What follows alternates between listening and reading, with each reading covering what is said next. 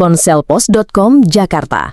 Dalam pidatonya yang penuh semangat dan nada tegas, Presiden Republik Indonesia Prabowo Subianto membongkar skandal besar yang selama ini membebani negara dan menyengsarakan rakyat kecil.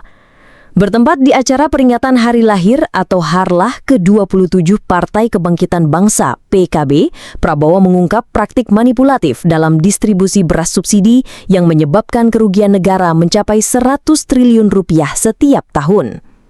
Menurut Prabowo, penyimpangan ini bukan dilakukan oleh 1-2 pelaku, melainkan melibatkan setidaknya 212 perusahaan penggilingan padi. Modus operasinya terbilang sistematis dan kejam. Beras subsidi milik negara yang seharusnya ditujukan untuk rakyat miskin dikemas ulang dan dijual kembali ke pasar sebagai beras premium. Harga pun melonjak jauh dari harga subsidi dan rakyat yang seharusnya terbantu justru harus membayar lebih mahal.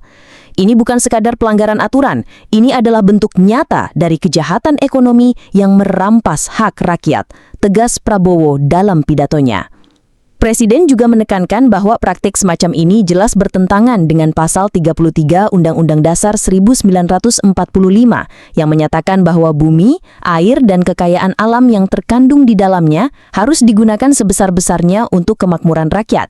Dengan mengubah beras subsidi menjadi produk komersial, para pelaku telah melanggar konstitusi dan melecehkan prinsip keadilan sosial. Kerugian yang ditimbulkan dari manipulasi beras subsidi ini bukan hanya berdampak pada anggaran negara, tetapi juga terhadap stabilitas ekonomi nasional dan kesejahteraan masyarakat luas. Bayangkan saja, 100 triliun rupiah per tahun bisa digunakan untuk membangun ratusan rumah sakit, ribuan sekolah, atau membiayai program perlindungan sosial untuk jutaan warga miskin.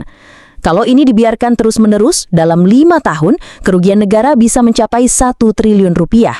Itu jumlah yang sangat besar dan bisa menghancurkan fondasi ekonomi kita, lanjut Prabowo. Tak hanya mengungkapkan fakta, Presiden Prabowo juga langsung mengambil langkah konkret. Ia menyatakan telah menginstruksikan Kapolri dan Jaksa Agung untuk segera melakukan penyelidikan menyeluruh terhadap kasus ini. Ia juga meminta agar seluruh aset milik para pelaku disita sebagai bentuk tanggung jawab dan pertanggungjawaban hukum.